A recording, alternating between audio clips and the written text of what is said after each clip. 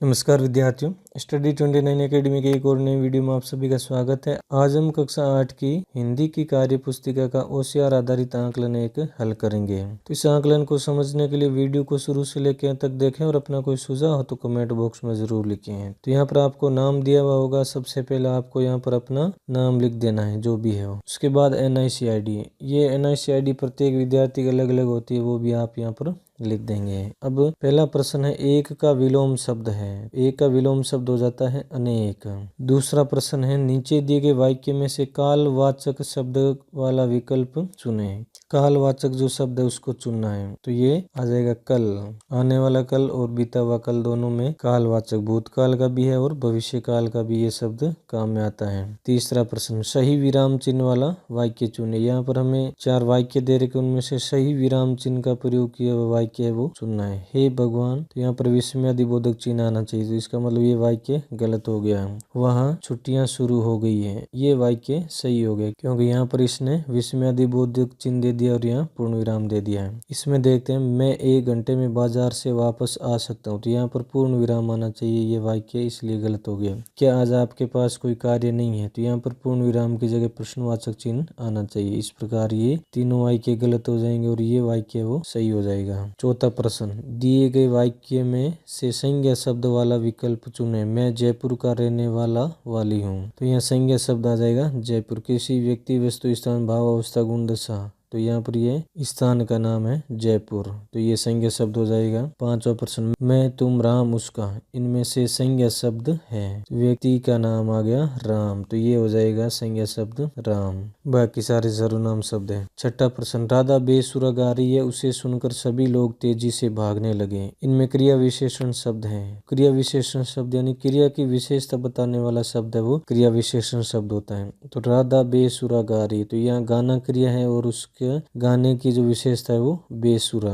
उसे सुनकर सभी लोग तेजी से भागने लगे। भागना भी एक क्रिया है और वो उसकी विशेषता क्या है, तेजी से, तो ये बेसुरा है तेजी, ये विकल्प इसका सही हो जाएगा। सातवां प्रश्न, खाली स्थान के लिए उचित शब्द चुने। मोहन आज कोई तुमसे मिलने आया, उसने अपना नाम आकाश बताया। उसने, तो ये पहला ऑप्शन सही हो जाएगा। यहाँ पर आ जाएगा तुमसे और इसमें आ जाएगा उसने।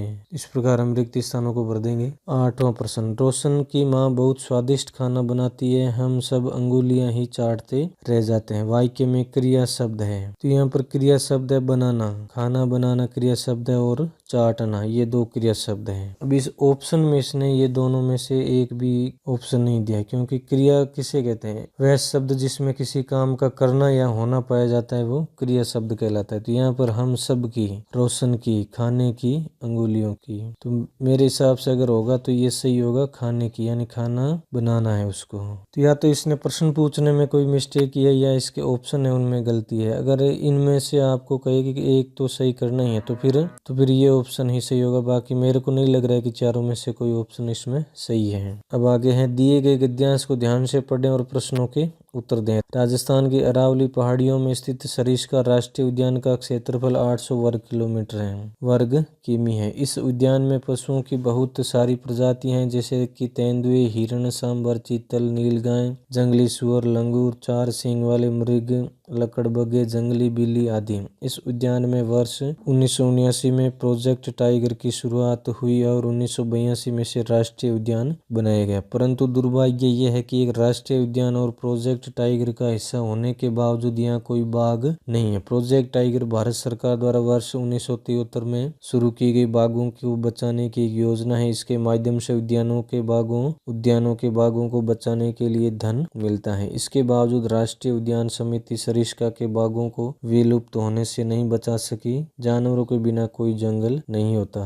ये हमें एक गद्यांश दिया है, इसी के अनुसार हमें इन प्रश्नों के उत्तर देना है। तो 9वां प्रश्न है, सरिस्का राष्ट्रीय उद्यान कब बना। तो सरिस्का राष्ट्रीय उद्यान है वो 1982 में बना, तो इसका ऑप्शन ये सही हो जाएगा 1982 में। 10वां प्रश्न, गद्यांश के आधार पर बताइए कि प्रोजेक्ट टाइगर क्यों शुरू हुआ था। हमें इस गद्यांश के अनुसार बताना है प्रोजेक्ट टाइगर क्यों हुआ। तो प्रोजेक्ट टाइगर है वो बाघों को बचाने के लिए शुरू किया गया था और इसके लिए केंद्र सरकार है पैसे देती है। तो इस प्रकार इस वीडियो में हमने ओसीआर आधारित आकलन 1 को हल किया। अगले वीडियो में हम अगला कार्य पत्रक हल करेंगे। वीडियो अगर उपयोगी लगा हो तो इसको लाइक करें और अपने दोस्तों में शेयर करें। चैनल पर पहली बार आए तो चैनल को सब्सक्राइब कर लें और बेल आइकन भी दबा दें ताकि आने वाले वीडियो के नोटिफिकेशन आपको समय पर मिल सकें। वीडियो को पूरा देखने के लिए आपका बहुत बहुत धन्यवाद।